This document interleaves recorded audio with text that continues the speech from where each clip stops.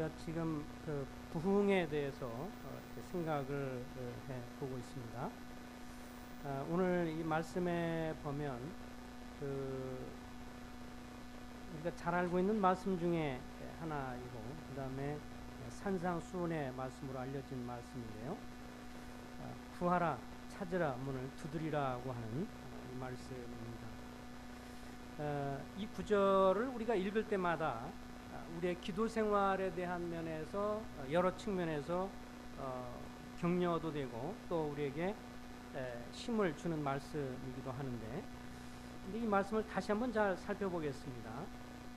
주님은 우리들에게, 하나님의 자녀들에게 구하고 찾고 두드리라고 말씀을 하십니다. 구하라, 그리하면 너에게 주실 것이요, 찾으라, 그리하면 찾을 것이요, 문을 두드리라, 그러면 너에게 열릴 것이니, 구하는 이마다 받을 것이요, 찾는 이가 찾아낼 것이요, 두드리는 이에게 열릴 것이니라. 이렇게 주님이 구하고 두드리는 사람에게 기도에 대한 응답이 있을 것이라는 것을 약속을 하시고, 이어서 비유를 통해서 자식에게 부모가 주는 것에 관한 비유를 통해서 이제 또 구체화시켜서 말씀을 하시죠. 9절에 보면 너희 중에 누가 아들이 떡을 달라 하는데 돌을 주며 생선을 달라 하는데 뱀을 줄 사람이 있겠느냐. 너희가 악한 자라도 좋은 것으로 자식에게 줄 줄 알거든 하물며 하늘에 계신 너희 아버지께서 구하는 자에게 좋은 것으로 주시지 않겠느냐. 당연하죠. 아들이 부모 입장에서 자식들이 떡을 달라고 요청을 했을 때 그것에 관해서 떡을 주지 않고 돌을 줄 부모는 없습니다. 정상적이지 않고 비정상적인 사람이라면 몰라도 정상적인 부모가 자식이 떡을 달라고 하고 빵을 달라고 하고 먹을 것이 없어서 배가 고프다고 말한다면 당연히 떡을 혹은 빵을 주는 것이 당연하고 돌을 주는 사람은 없습니다. 또 생선을 먹고 싶다라고 생선을 달라고 했을 때 또 뱀을 줄 사람도 없다고 하는 것을 얘기하면서 자연스럽게 이렇게 자식이 부모에게 뭔가를 요청할 때 부모가 주는 것에 관해서 언급을 하면서 주님이 아주 의미심장한 말씀을 11절에 해주고 계십니다. 너희가 악한 자라도 좋은 것으로 자식에게 줄 줄 알거든 하물며 하늘에 계신 너희 아버지께서 구하는 자에게 좋은 것으로 주시지 않겠느냐. 그래서 이 말씀 보면 우리가 하늘 아버지께서, 우리가 하나님의 자녀가 돼서 하나님 아버지께 기도할 때 주께서 우리에게 좋은 것을 주신다라고 말씀을 해주고 있습니다. 이게 좋은 것이라고 하는 것에 한번 이렇게 동그라미를 좀 쳐보시기 바랍니다. 하물며 하늘에 계신 너희 아버지께서 구하는 자에게 좋은 것으로 주시지 않겠느냐.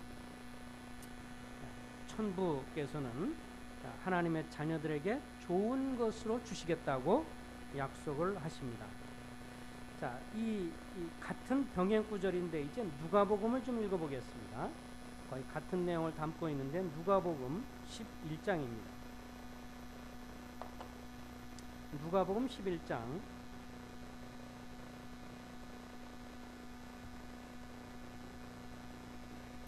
누가복음 11장에 들어가면 주님께서 가르친 소위 주기도문으로 알려져 있는 주님이 가르친 기본적인 기도 내용이 나오고, 곧바로 이어서 어떤 중보기도 어떤 이런 것과 연관돼서 이렇게 말씀을 하십니다. 5절에 보니까 또 이르시되 너희 중에 누가 덫이 있는데 밤중에 그에게 가서 말하기를 덫이여 떡 세 덩이를 내게 구워달라. 내 벗이 여행 중에 내게 왔으나 내게 먹일 것이 없노라 하면 그가 안에서 대답하여 이르되 나를 괴롭게 하지 말라. 문이 이미 닫혔고 아이들이 나와 함께 침실에 누웠으니 일어나 내게 줄 수 없노라 하겠느냐. 내가 너에게 말하노니 비록 벗됨으로 인하여는 일어나서 주지 아니할지라도 그 간청함을 인하여 일어나 그 요구대로 주리라. 또 내가 또 너에게 이르노니 구하라, 그러면 너에게 주실 것이요, 찾으라, 그러면 찾아낼 것이요, 문을 두드리라, 그러면 너에게 열릴 것이니, 구하는 이마다 받을 것이요, 찾는 이가 찾아낼 것이요, 두드리는 이에게 열릴 것이니라. 너희 중에 아버지 된 자로서 누가 아들이 생선을 달라 하는데 생선 대신에 뱀을 주며 알을 달라 하는데 전갈을 주겠느냐. 너희가 악할지라도 좋은 것을 자식에게 줄 줄 알거든 하물며 너희 하늘 아버지께서 구하는 자에게 성령을 주시지 않겠느냐 하시니라. 거의 아까 이 마태복음 7장 내용하고 거의 비슷하죠. 구하라, 그리고 찾으라, 두드리라, 그러면 열릴 것이다.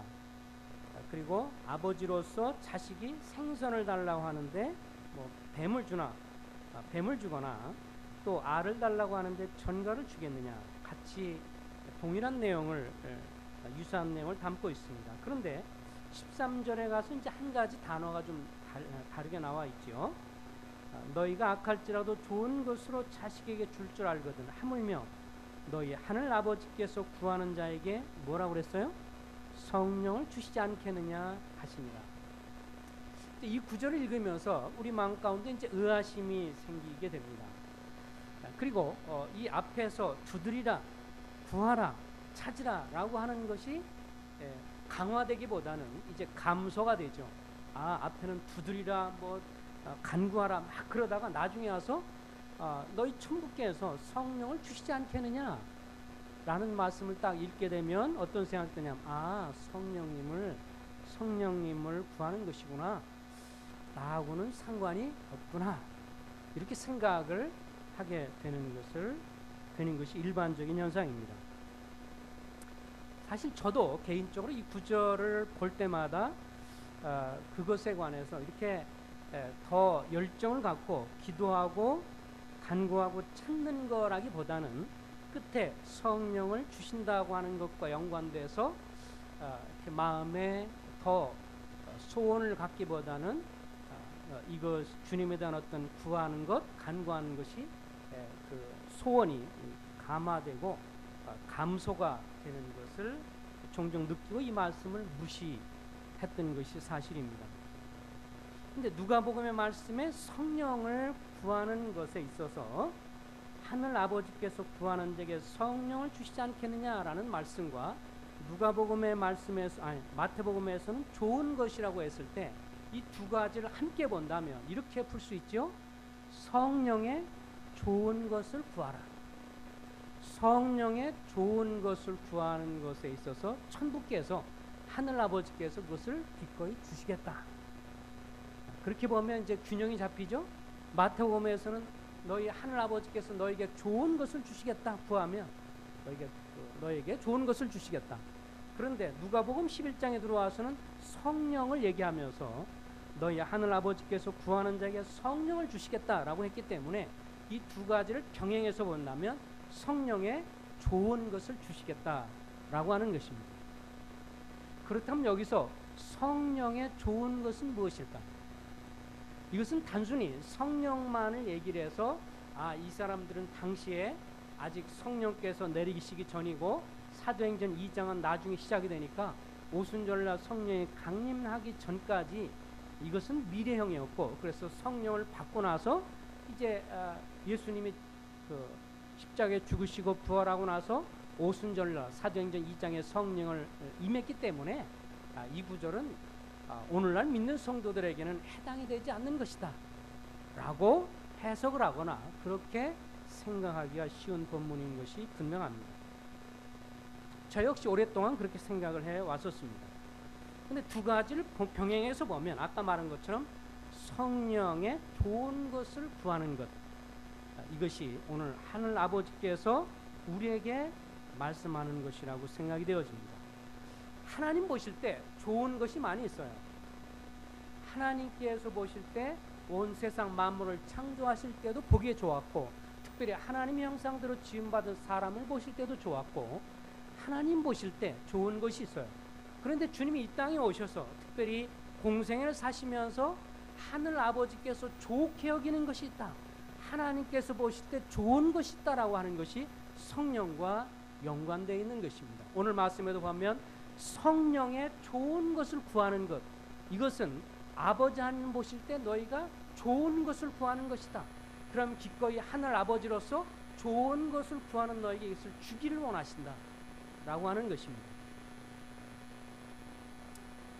이 성령의 좋은 것, 이것은 또 다른 말로 하면 성령의 기름 부으심이라고 말할 수 있고, 또 과거에 기독교 역사 가운데 보면 부흥이라는 단어로도 표현이 되고요. 그리고 오늘날 우리가 또 다른 측면에서 요한 에베소서에 보면 성령의 충만함이라고 말할 수도 있을 것입니다. 성령께서 충만하게 임재하시는 것이고, 그리고 또 성령의 기름 부으심이라고 표현될 수 있고, 또 성령께서 충만하게 임하는 것으로 묘사가 되는 성령의 좋은 것에 관해서, 그래서 오늘 성령의 좋은 것을 구하자라는 말씀을 드리고 싶은데요.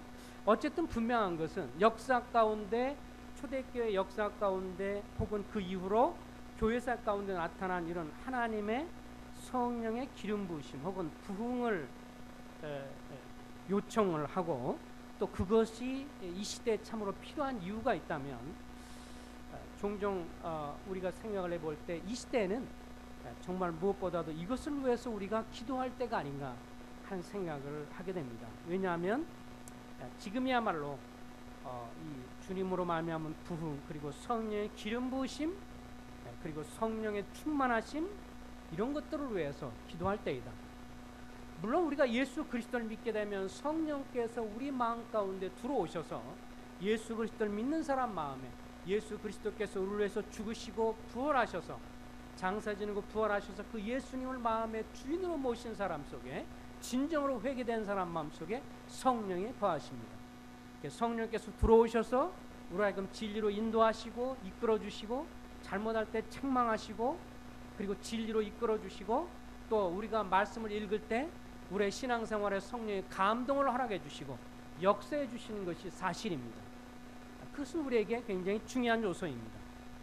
그러나 성령과 연관해서 성령의 좋은 것, 성령이 우리 안에 들어오셔서 우리 마음에 감동을 주시고 우리를 이끌어 주시고 감동 감화시키시고 때로는 책망하시고 인도하시는 것뿐만 아니라 교회사적으로 보면 성령의 특별한 기름 부으심, 하나님의 성령께서 특별하게 강력하게 역사하셔서 성령의 충만하심의 역사들이 있어 왔다고 하는 것이고, 이것은 오늘날 우리 시대에 살아가면서 우리도 기도할 기도 제목 중에 하나라고 하는 것입니다.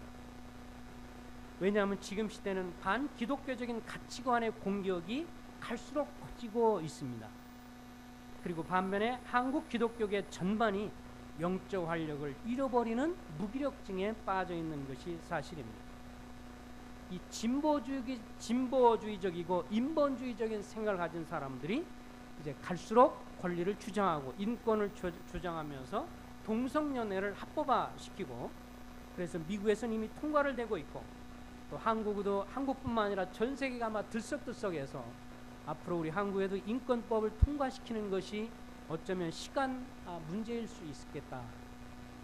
저걸 봐라, 저렇게 선진국가도 이렇게 하는데 우리도 하는 게 마땅하지 않느냐, 이러면서 이 국회의원 중에서 믿는 사람이 있지만 소수의 사람들 외에는 정치를 이용해서 종교를 이용한 사람들이 많기 때문에 앞으로 갈수록 그런 것이 심화될 거라고 생각을 하고요. 또 한국 소위 손병호 교수가 그런 지적을 했지만 이 한국 교회에 대한 문제를 지적하면서 최근에 세미나에서 손병호 교수가 이런 말씀을 했습니다.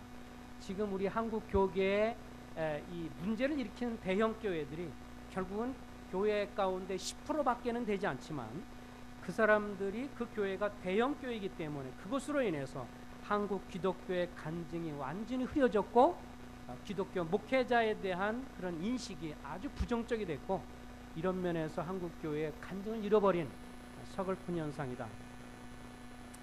이것이 현실적으로 지금 이것이 온 기독교에게 퍼져 있는 것이 사실입니다. 기독교라는 말 대신에 개독교라는 표현을 쓰기도 하고요. 그리고 또 이슬람 공격이 지금 무섭게 들어오고 있죠. 최근에 여러분이 아마 이 SNS를 통해서도 이슬람과 연관된 것을 보게 되는데, 이 한국의 이슬람이 굉장히 지금 침투에 들어오고 있고, 어떻게 보면 박근혜 정권 중에서 지금 중동화하고 연관해서 뭔가 일자리를 창출하겠다는 목적에 의해서 점차 시작이 되면서 이 자꾸 이슬람 문화를 받아들이게 되는 그런 현상들. 그래서 수년 사이에 이슬람 인구가 과거에는 몇만이었다 지금 25만 내외까지 가는, 그래서 몇 년 사이에 아주 급속도로 이슬람이 팽창이 되고 있고 이런 현상이 나오게 되는데, 그래서 이슬람 사람들을 이제 무시할 수 없고 나중에 이 사람들이 뭐 귀화하거나 그러면 투표권을 갖게 되고 이러면 영국이 직면하는 문제도, 과거 한때 기독교로서 강력한 나라였지만 지금 이슬람한테 쩔쩔쩔 매겨나가면서 이슬람 문화에 이 고통을 당하는 것처럼 우리나라도 그렇게 될 수 있는 위험이 지금 있다고 하는 것입니다. 그런데 비해서 교회는 전반적으로 영적인 침체와 장기화되는, 또 우리도 역시 마찬가지, 우리 교회도 마찬가지고 전반적으로 영적 침체가 장기화되는 그런 두려운 현상이 있습니다. 하나님께 대한 뜨거운 열정, 헌신, 이것은 점차 사그라집니다. 그리고 이것은 어떤 사람들의 특별한 경우 뭐 그렇게 생각하고 전반적으로 성도님들 마음 가운데 주님에 대한 사랑, 열정, 헌신이 점점 사그러 들어가고 있습니다. 또 교회적으로도 보면 구도자들은 자꾸 연결돼서 새롭게 구도자를 오고 있지만 저들이 확실한 회개 그리고 분명한 믿음의 역사가 잘 나타나지 않고 있다고 하는 사실들, 이런 것들이 우리에게 부흥 혹은 성령의 좋은 것을 구해야 할 그런 시점에 와 있다고 생각이 되어집니다. 부흥을 경험한, 그리고 부흥의 역사 가운데 부흥을 경험한 분들의 공통적인 고백은 왜 우리에게 부흥이 필요하냐라고 했을 때 영혼이 거듭나는 역사를 위해서는 반드시 성령의 기름 부음이 있고 성령의 충만한 역사가 있어야만 가능하다라고 고백을 하고 있습니다. 우리가 개인적으로 신앙생활하는 데도 역시 마찬가지지만 특별히 전도를 하거나 다른 영혼들을 주님께 돌리는 데 있어서는 이 하나님의 충만한 임재와 영광, 이런 어떤 부흥, 성령의 좋은 것을 구함으로 부흥이 오지 않고는 이런 역사가 일어날 수 없다라고 하는 것에 있어서 공통적으로 지적하는 내용들입니다. 또 성도들 간에 시간이 지나며 상처를 주고받으면서 사랑이 식어지고, 그리고 서로 용납하지 못하는 연약함들, 또 영적으로 회복되고 활력을 가져야 되는데 그러지 못하는 문제점들, 또 육신의 공격, 직장 생활의 피곤함, 여러 가지 일들로 인해서 영적인 활력을 잃어버린 그런 요소들, 이런 여러 가지 사항들을 볼 때 오늘날 우리에게는 다시 한번 이런 부흥들을 위해서 기도할 그런 시점에 와 있다고 생각이 되어집니다. 그 시편 77편을 잠깐 좀 펴주시기 바랍니다.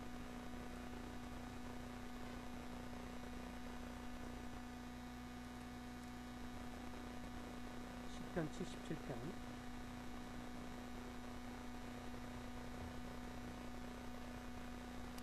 오늘날 이 말씀을 읽으면서 제 마음에 참 큰 감동이 됐는데, 시편 77편에 보면 11절부터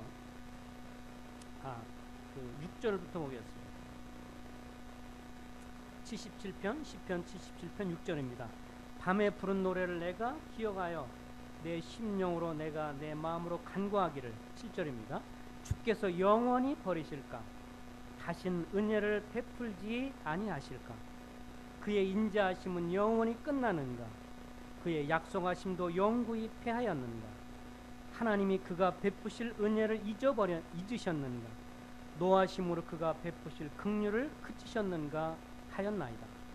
이 아삽이 주님 앞에서 기도하면서 자기 자신을 보면서 또 자기의 그 하나님을 믿는 공동체를 보면서 하나님의 자비하심이 끝나고 하나님의 인자하심이 끝나고 또 하나님이 약속은 끝나고 또 베푸실 은혜가 다 끝나는가? 왜 이렇게 영적으로 황폐하고 삶이 어렵고 힘들며 삶 속에 하나님의 영광과 역사를 보지 못하는가? 이거에 대해서 탄식을 하고 있을 때 10절에 보니까 또 내가 말하기를 이는 나의 잘못이라. 지존자의 오른손을 해 곧 여호와의 일들을 기억하며 주께서 옛적에 행하신 기이한 일들을 기억하리이다. 자, 그러면서 정신을 차립니다. 그러면서 이렇게 고백을 하죠. 아, 이것이 내가 잘못됐구나. 내가 잘못 오해했구나. 하나님의 은혜가 끝나고 하나님의 자비가 끝나고 하나님의 충만히 부으시는 은혜가 끝나는 것이 아닌데 내가 잘못 생각했습니다. 내가 잘못입니다. 그러면서 하는 말이 뭐냐면 주께서 옛적에 행하신 기이한 일들을 기억하리이다. 과거에 하나님께서 주님의 백성들을 향해서 베푸셨던 일들을 기억하고 그때 주께서 무슨 일을 이루시고 어떤 일을 이루셨는지를 기억하면서 다시 주님 앞에 은혜를 구하고 자비를 구하겠노라고 고백을 하고 있습니다. 이 시편 기자 아삽의 이런 마음과 더불어서 최근 들어서 제가 부흥과 연관된 책들을 읽으면서 특별히 우리의 이 한국 기독교의 부흥에 관한 책들도 또 읽으면서 과거 옛적에 오늘 시편 77편에서 말한 것처럼 옛적에 주께서 무슨 일을 행하셨는가를 오늘 같이 성도님과 저희들이 한번 그런 기억하면서 우리도 성령의 좋은 것을 간구하는 그런 마음들을 가지면 좋겠다고 해서 말씀을 나누고자 합니다. 자, 이제 PPT 자료를 한번 넘겨주시기 바랍니다. 이 우리나라에요, 여러분들이 기억하실지 모르겠지만 여기 평양 대부흥 이야기라고 하는 것에 보면 한국의 부흥이 과거 역사적으로 일어났던 것을 얘기하면서 이 우리나라의 부흥 역사 있었다고 하는 것을 소개를 하고 있는데 이것은 처음에 원산부터 시작을 했는데요. 이 부흥에 대한 이야기가 시작된 것이 1903년입니다. 이때 이 화이트와 맥컬리라고 하는 사실 장로교계 선교사, 여선교사들인데 하나는 중국에서 일하다가 섬기다가 거기에 정치적인 어려움이 있어서 피해서 이 북한 원산에 왔고 또 자매 하나는 이제 한국에서 사역을 하던 자매 둘이었습니다. 이분들이 한국을 바라보면서 당시에 이 한국이 정말 그 어려운 시기고 정말 가난하고 찢어지게 가난한 시절에 또 사람들은 무표정하고 그때 당시에 한국 사람에 대한 표현이 그렇습니다. 한국 사람 편이 정말 무표정하고 그리고 이 한국을 볼 때 소망이 없는 이 가난하고 찌들어 있고 정말 탐관 오리들의 그리고 뭔가 좀 권력만 잡았다가면 그거 갖고 다른 사람을 착취하는 이것이 만연되어 있는 조선시대의 말기에 있으면서 정말 처참한 한국의 모습이었단 말이죠. 이런 걸 보면서 한국의 구원의 역사가 일어나고 부흥이 일어나기를 위해서 이 두 자매가 기도하기 시작을 합니다. 이 두 선교사 자매들이 계속해서 기도를 하기 시작을 합니다. 그래서 한동안 얼마 정도를 기도하게 됐을 때 그 다음에 넘겨주세요. 그때 주님이 은혜를 베풀기 시작하는데 이게 보면 이쪽에 보면 동해안에 원산이라는 게 보이죠? 네, 원산이라고 썼죠. 그 다음에 그 왼쪽에 보면 평양이 있고요. 그래서 이 원산에서 이 자매님 둘이 기도를 하기 시작을 하게 되죠. 그러면서 나중에 부흥이 이제 평양으로도 일어나게 되는데 넘겨주시기 바랍니다. 이때 하나님께서 우리나라의 부흥을 일으키는 데 있어서 역사하셨던 분이 이제 이 하디 선교사에 의해서 시작이 되어집니다. 이 하디 선교사는 사실 의료 선교사로 온 분인데요. 이분은 그 캐나다의 토론토 대학, 지금도 유명한 대학이죠. 캐나다의 토론토 대학에서 의과 대학에서 공부를 해서 의사가 되신 분이고, 그래서 한국에 와서 이제 그 나름대로 이렇게 의료 선교를 해주면서 복음을 전하는데 열매가 전혀 나타나지 않는 거예요. 그래서 이분 마음 가운데 어떤 게 있냐면 그 글에 보면 한국 사람은 안 돼, 이런 생각이 마음 가운데 강하게 있었다고 합니다. 그런데 아까 두 자매가 이제 계속 기도하는 가운데 선교사 수양회를 이제 1903년에 그때 당시 우리 한국에 나와 있는 선교사들의 수양회를 갖게 됩니다. 이 한국에요, 그때 당시에 선교사들이 참 많이 나와 있더라고요. 그때 선교사들이 나오게 됐던 이유가 뭐냐면 왜 선교사들이 한국에 많이 나와서 이렇게 복음을 증거하게 됐냐 그러면 미국에 그때 당시에 무디가 성령의 충만함을 받아서 무디가 복음 전도하게 되면서 굉장히 역사가 크게 일어나기 시작을 합니다. 그래서 미국 전역에 걸쳐서 이 무디에 의해서 구원의 역사가 일어나고 막 회개하고, 사실 무디는 별 볼 일 없는 사람이었죠. 구두 수선공이었고요. 교육도 제대로 못 받은 사람이었고요. 주일학교를 가르치고 막 그렇게 했던 친구인데, 나중에 그가 회심하면서 어느 날 변화를 걷게 되고, 그로 인해서 무디를 통해서 미국 전역에 부흥의 역사가 일어나고 회개 역사가 일어나면서, 그때 성령의 감동을 많이 받은 사람이 선교사로 나가기 시작을 하면서 한국에 이런 선교사들이 복음을 전하기 위해서 왔던 것입니다. 1900년 초반에 이렇게 많이 들어왔습니다. 여기에 무디와 연관돼서 무디보다도 조금 더 앞서 있는 분, 미국의 대각성운동을 일으켰던 분에 대한 이야기를 좀 하나 읽어드리겠습니다. 그보다 약간 앞서서 청교도에 대한 글도 하나 읽어보죠. 이 성령의 기름 부으심, 성령의 좋은 것의 역사가 어떻는가를 이렇게 한번 마틴 로이드 존스는 이 성령 세례라는 책에서 이렇게 묘사를 했습니다. 이 청교도 존 플라벨이라는 분이 경험한 자기의 일지에 쓴 내용인데요. 이렇게 이분이 기록이 되어 있어요. 내가 길을 가면서 에스겔에 본 환상을 많이 생각을 하게 됐고, 그래서 마침에 홍수가 나서 물이 점차 찬 것까지를 생각하며 그 기쁨을 생각을 하고 있었다. 어느 봄에 그가 극도로 피곤할 때 그는 하나님이 기뻐하신다면 이것이 세상에서 그의 이별의 장소가 되기를 열렬히 소망하면서 앉아서 씻고 있었습니다. 죽음 앞에서 그는 가장 자유로운 얼굴을 갖게 되었으며 자신이 죽을 것이라 믿었지만, 그는 그의 사랑하는 아내와 자녀 또는 다른 어떤 지상의 것에는 관심을 두지 않았습니다. 그가 여관에 도착했을 때에도 그 영향이 여전히 계속되어 잠을 자지 못했고, 주님의 기쁨이 그에게 넘쳐 흘렀으며, 그는 마치 다른 세계에 살고 있는 사람처럼 보였습니다. 그는 수년 후에 그날을 천국의 날의 하루였다라고 고백하면서, 그가 하는 말이 이로써 그가 이전에 읽었던 모든 책을 통해서 알았던 것보다 그날 하루로 천국의 생활을 더욱더 잘 이해할 수 있었다라고 이렇게 고백을 했습니다. 자, 이제 이 성령의 기름 부음에 대한 것들을 경험한 분들의 말이 이제 시작이 되는 겁니다. 자, 이 무디에게 영향을 주게 됐던 미국의 전역의 대각성, 무디보다 좀 더 앞서 있었던 요나단 에드워드의 고백을 한번 읽어보겠습니다. 나는 1737년에 나의 건강을 위해 숲속으로 말을 타고 한적한 곳에 가서 평소에 하던 대로 명상과 기도를 위해 걸어가려고 말에서 내렸는데, 그때 나는 나에게 임한 특별한 광경을 보았습니다. 그것은 하나님과 인간의 중보자이신 하나님의 아들의 영광이었는데, 나는 그분의 놀랍고 위대하며 충만하고 순수하며 달콤한 은혜와 사랑을, 그리고 온유하시고 겸손함을 보았습니다. 아주 고요하고 감미롭게 나타나던 이 은혜가 하늘 저편에도 나타나는데, 그리스도께서는 모든 사고와 개념들을 충분히 삼켜버리고 남을 말로도 할 수 없는 뛰어난 분이셨습니다. 내 생각에는 그것이 약 1시간 동안 계속되었을 때, 그때 나는 크게 소리내어 울면서 눈물바다를 이루는 귀한 시간을 가졌습니다.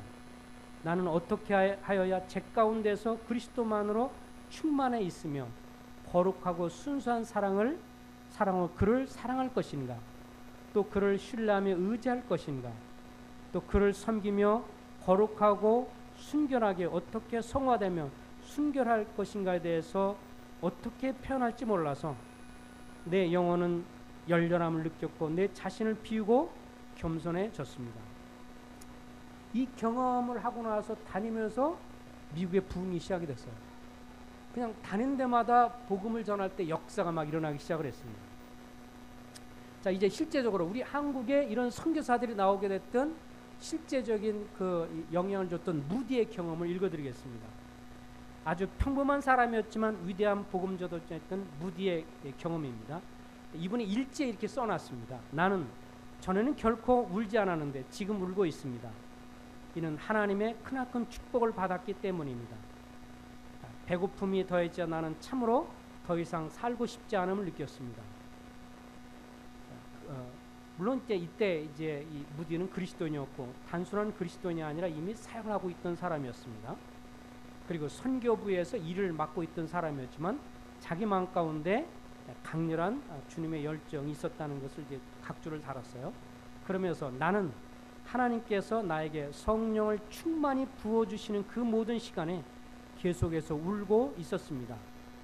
뉴욕시에서 있었던 어느 날 바로 그날이었습니다. 나는 그것을 묘사할 수 없으며 그것을 좀처럼 언급하지 않습니다. 그것은 나에게 너무나도 신령한 체험이었습니다. 바울이 14년 동안이나 결코 말하지 않았던 체험을 가졌습니다. 내가 다만 말할 수 있는 것은 하나님께서 자신을 내게 보이셨다는 것과 내가 그분의 사랑에 대한 그러한 체험으로 내가 그분의 손에 머물게 해달라고 간청했다는 사실입니다. 이 경험이 있고 난 다음에 부흥의 역사가 일어나기 시작을 했습니다. 그래서 이분들이 이제 우리 한국에 오게 됐는데요. 이때 원산에 있었던 이 식구들의 사진이고요. 이쪽에 있는 것이. 나중에 저거는 이제 그 우리 하디 선교사를 기념하기 위해서 감리교, 원래 이분은 감리교 출신이었기 때문에 그쪽에서 이렇게 비석을 기념비를 세우는 것인데요. 이분에 대한 기록을 읽어보면 이렇습니다. 여기 책에 보면 이렇게 나오더라고요. 아까도 얘기했지만 선교사 수양을 했잖아요. 우리 한국에 나와 있는 여러 많은 선교사들, 감리교, 장로교 이런 선교사들끼리 같이 선교사 수양을 하는데 강사로 누구를 초청했냐면 하디 형제님을 초청을 했어요. 하디 형제님 말씀을 준비하고 교제하는 가운데 주님이 성령께서 역사하셔서 이분이 자기 죄를 고백하기 시작을 합니다.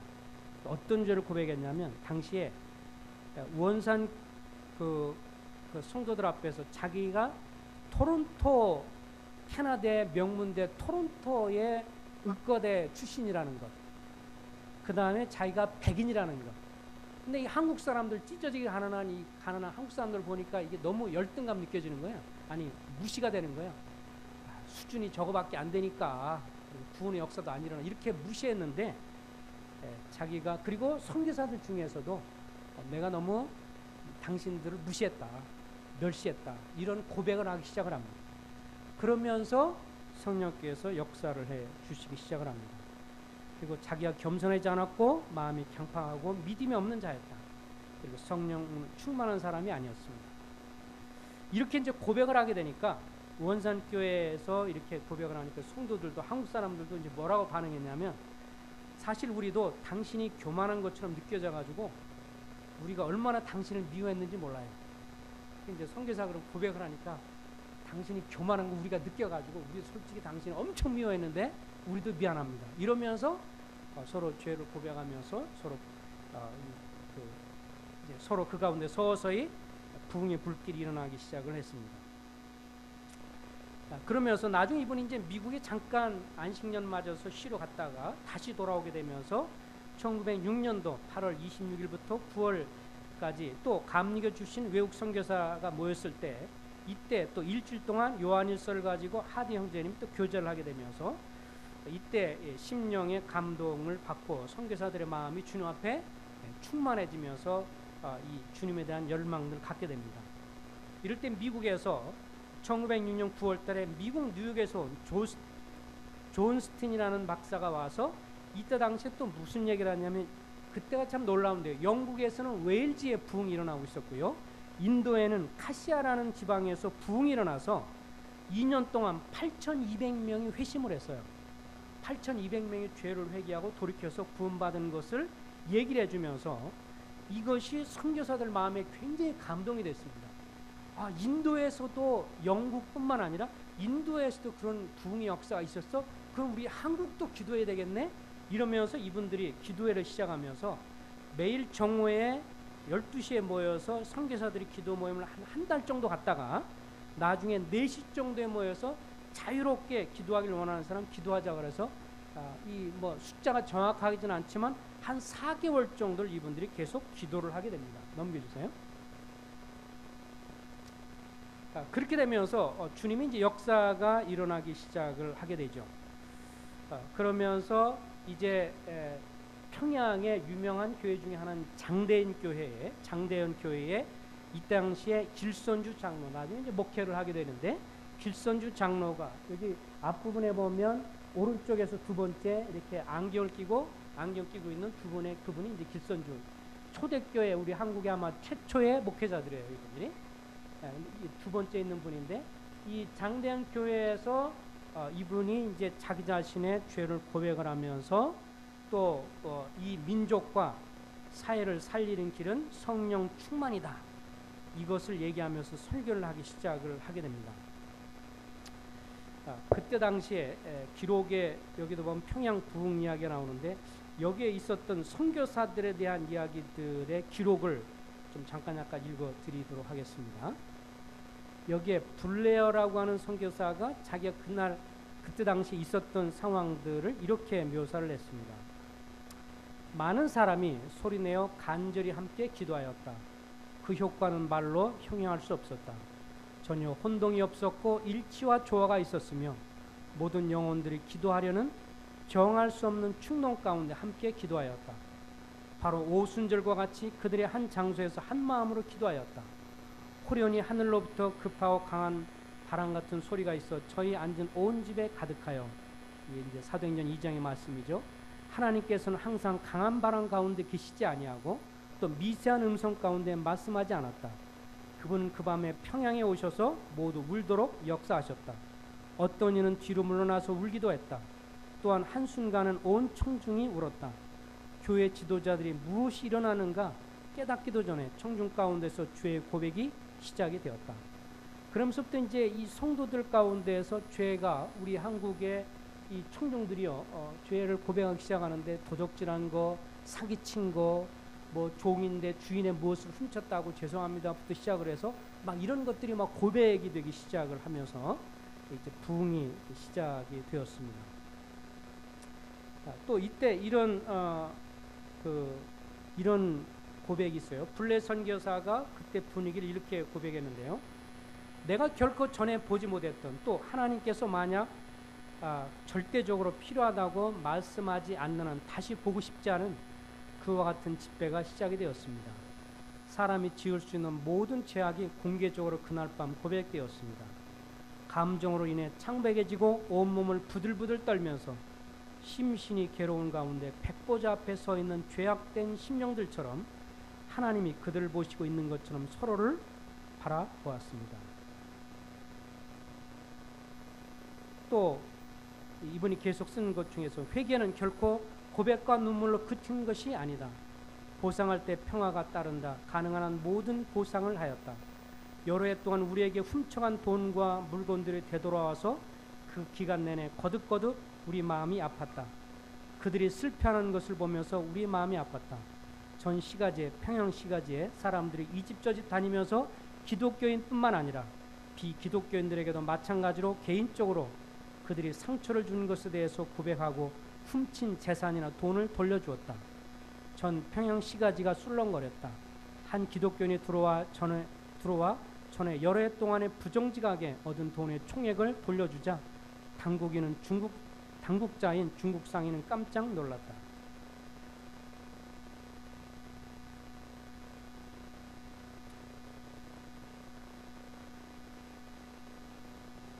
이때 또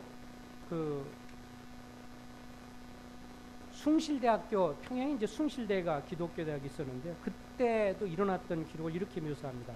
같은 평양에 있었으니까요. 그 후 2주간은 무시무시하고 놀라웠다. 예비 시험 때가 오자 오후 4시에는 어떤 지도자도 없이 자율적으로 학생 집회를 갖기로 정해졌다.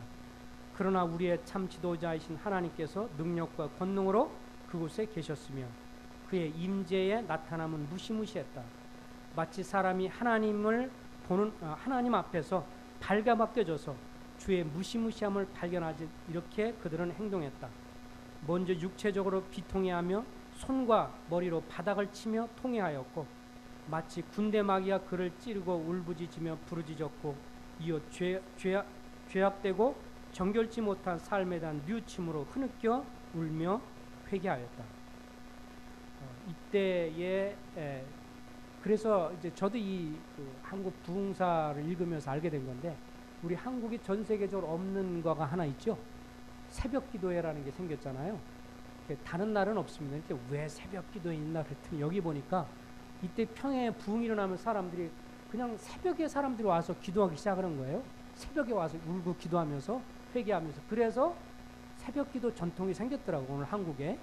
그러니까 이 새벽 기도회는 그러니까 나중에 이렇게 만든 게 아니고 평양에 부흥이 시작되면서 자연스럽게 나타나는 현상이 새벽 기도회였고, 또 부흥이라는 말도 이때 당시에 저녁에 이렇게 일주일 동안 말씀을 읽고 기도하고 막 이런 부흥회가 일어나는 것이 이때 당시에 생기면서 부흥회라는 단어가 우리나라에 처음에 쓰이게 됐다고 여기 기록을 하고 있습니다.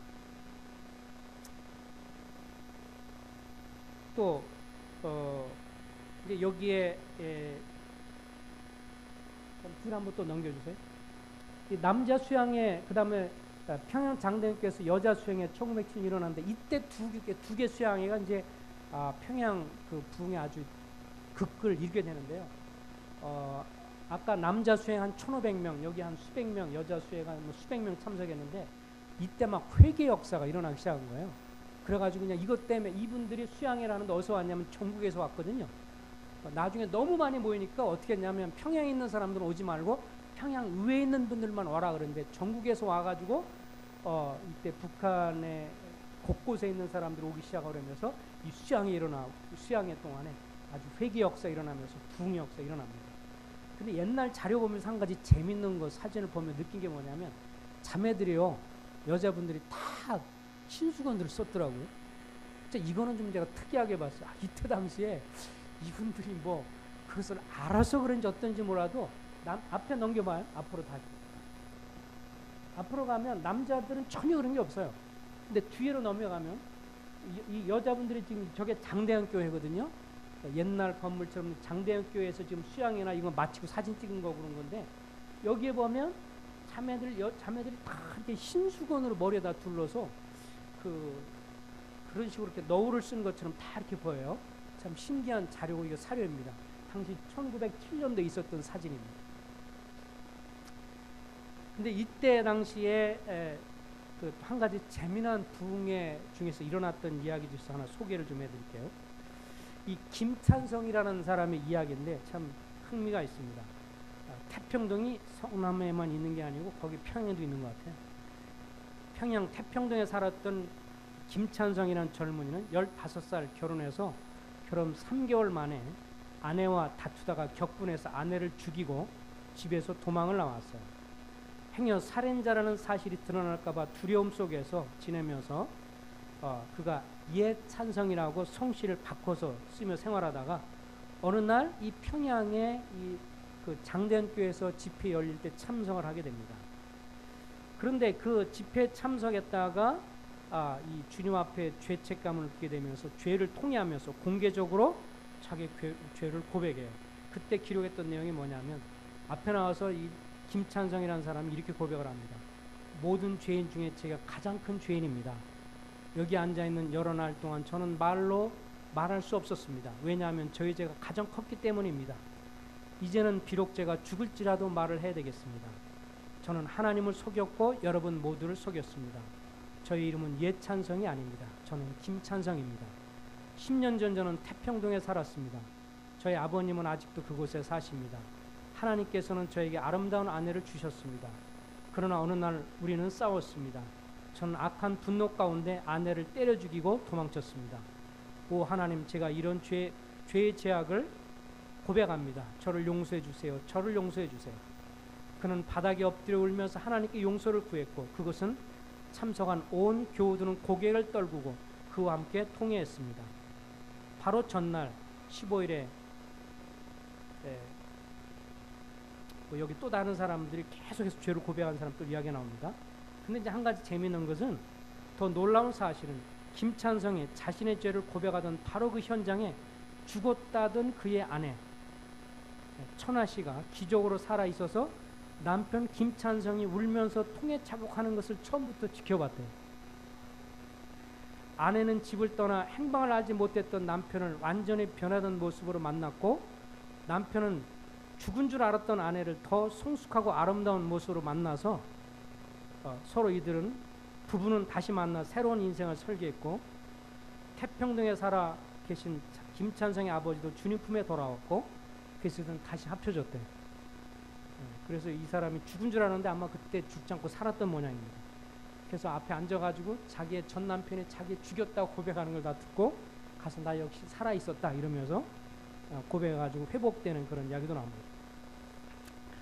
어쨌든 이것을 보면서 이런 내용들을 보면서 한 가지 느끼는 것은 이 하나님의 성령의 강한 임재가 느꼈을 때 숭실대학교에서도 마찬가지인데요. 이분들이 나타나는 공통적인 현상이 있습니다. 그것은요, 저들이 죄를 고백하면서 자기 자신을 보면서 뭘 봤냐면 지금 하나님 앞에 정말 자기가 서 있다고 하는 것을 하나님의 성령을 통해서 확연하게 느꼈다는 것입니다. 그러니까 진정한 부흥은 뭐냐면 가만히 보면 막연하게 주님의 이름으로 그냥 신앙생활하는 게 아니고 내 하는 행동, 말 하나, 나의 삶이 주님의 심판 앞에 그대로 다 드러날 거라고 하는 것이 그대로 보여지면서 그것을 그때 주님이 임재 가운데 있으니까 그것을 느낀 것입니다. 그래서 그들이 함께 모였을 때 주님 앞에서 나중에 마지막 날 우리가 주님 앞에 성경에 보면 모두가 다 그리스도의 심판 앞에 나와서 우리 입술로 고백하리라고 했는데 그 고백할 것을 미리 여기서 하게 되는 것이죠. 주님 만나기 전에 주님의 임재가 드러나게 되면서 그 가운데 자기의 모습을 보면서 고백하는 것입니다. 이런 책들 한번 읽어보시면 정말 너무도 놀랍습니다. 한 가지 분명한 것은 이분들이 주님 그렇게 만나면서 주님이 놀랍도록 임재하는 것을 느끼게 됐고요. 그러면서 주님이 얼마나 놀라우신 분이고 얼마나 사랑이 풍성하신 분이고 그리스도께서 얼마나 영광스러운 분인지 그러면서 자기도 모르게 그 성령의 은혜와 능력으로 인해서 그 다음부터 자기 삶이 변하게 되기 시작했다는 것입니다. 그리고 전에와는 달라진 것을 자기 경험했다는 것이죠. 전에와는 그저 무기력하고 전에 이렇게 무기력했던 삶이 이 주님의 임재를 경험하기 시작하면서 자기 삶 속에 하나님으로 인한 마음의 감동이 일어나면서 그 뜨거움이 일어나기 시작하고 어떤 분이 고백했던 것처럼 자기의 책을 통해서 읽었던 것보다 단 얼마 동안에 그 주님의 충만한 임재에 있을 때 더 많은 것을 경험했다는 거예요. 그래서 이것은 정말 성령의 좋은 것이다. 성령의 좋은 것이었다고 하는 것입니다. 저는 오늘 성도님들에게 이 말씀 마지막 드리면서 마치기를 바랍니다. 오늘 이 말씀처럼 두드리라, 문을 두드리라, 찾으라, 구하라 이렇게 주님 말씀하시면서 생선을 주는 자에게 돌을 주겠느냐 아버지가 천국 아버지께서 성령의 좋은 것을 주시겠다고 했는데 우리 개인적으로 여러분과 내가 개인적으로 이제 수양회를 앞두고도 정말 성령님으로 말미암은 그런 어떤 충만함, 임재 이것을 위해서 정말 기도하면 좋겠다는 생각이 듭니다. 이렇게 과거에 이런 변화로 인해서 한번 넘겨주세요. 이렇게 블레어 선교사가 말하는 것처럼 하나님의 성령의 부어주심. 우리가 모두 구원받은 사람, 우리 마음에 성령이 있어요. 예, 내주하셨어요. 내주하신 성령이 있지만 이것으로 전도하고 사역하는 데는 부족하다는 것입니다. 무기력하다는 것입니다. 하나님의 위에서 뭔가 부어주시는 것, 이 공통적으로 이 하나님의 부흥의 역사에 나타난 분들을 보면 뭔가 주님께서 부어주시는 것을 경험했어요. 근데 그것은 너무도 영광스럽고 너무도 기쁘고 평생 잊어버릴 수 없는 그런 거라는 것이었습니다. 어떤 분들은요 그것을 십몇 년 동안 기도했다고 그랬습니다. 어떤 사람은요 몇 개월 만에 된 사람도 있어요. 그러니까 이것은 다 하나님의 주권이니까 어떻게 될지는 모르지만 우리 마음에 사모하는 사람들에게 우리나라 이 대부흥이 일으켜서 그 땅에 수만 명이 일어나서 전 세계에 있는 분들이 한국 부흥의 역사를 다 얘기하거든요. 한국 기독교 역사를 얘기하면서 다 부흥의 역사를 얘기하고 이 부흥의 역사를 얘기하는데 이런 것이 우리나라에 실제적으로 있었다고 하는 것, 그것을 그때 부으신 하나님이 오늘날도 하실 수 있다고 하는 것. 다만 문제는 우리가 기도하느냐, 간구하느냐, 또 그것을 간구하여서 하나님의 능력을 받을 만하게 우리의 마음이 준비가 되어 있느냐, 우리가 깨끗한 그릇이냐. 하나님 앞에서 문제는 우리가 깨끗하지 못하기 때문에 그렇다고 생각합니다. 주님의 그 충만한 임재가 우리 가운데 들어와야 되는데 우리 마음에 교만함이, 우리 마음에 더러운 것이, 추한 것이, 육신적인 것, 이런 것들이 막 더러워졌기 때문에 주님이 부을 수가 없는 것이죠. 우리가 우리 마음을 정결케 하고 주님을 사모하고 은혜를 구하면 주님이 뭔가 말할 수 없는 전에와는 다른 하나님의 특별한 임재와 능력으로 인해서 우리를 살리고 소망을 주는 그런 부흥을 주님께서 주시리라고 믿습니다. 우리 마음이 이것을 사모하시겠습니까? 정말 우리가 살아가는 동안 한번 정말 제 마음 가운데도 죽기 전에 한번 보고 싶어요. 이런 역사를 다른 어떤 것이 아니라 우리 수정교회에서 성도님, 이것은 한두 사람의 기도로 되는 것이 아닌 것 같습니다. 곳곳에서 마음에 사모하면서 우리도 이런 과거의 그런 충만함, 그런 임재, 영광 우리도 좀 보게 해주세요. 이런 기도가 정말 이제 시작됐으면 좋겠습니다. 이따 오후에도 우리 기도할 때 가급적 좀 남아서 이런 것을 위해서 서로 기도하는 시간을 가지면 좋겠습니다. 잠깐 이따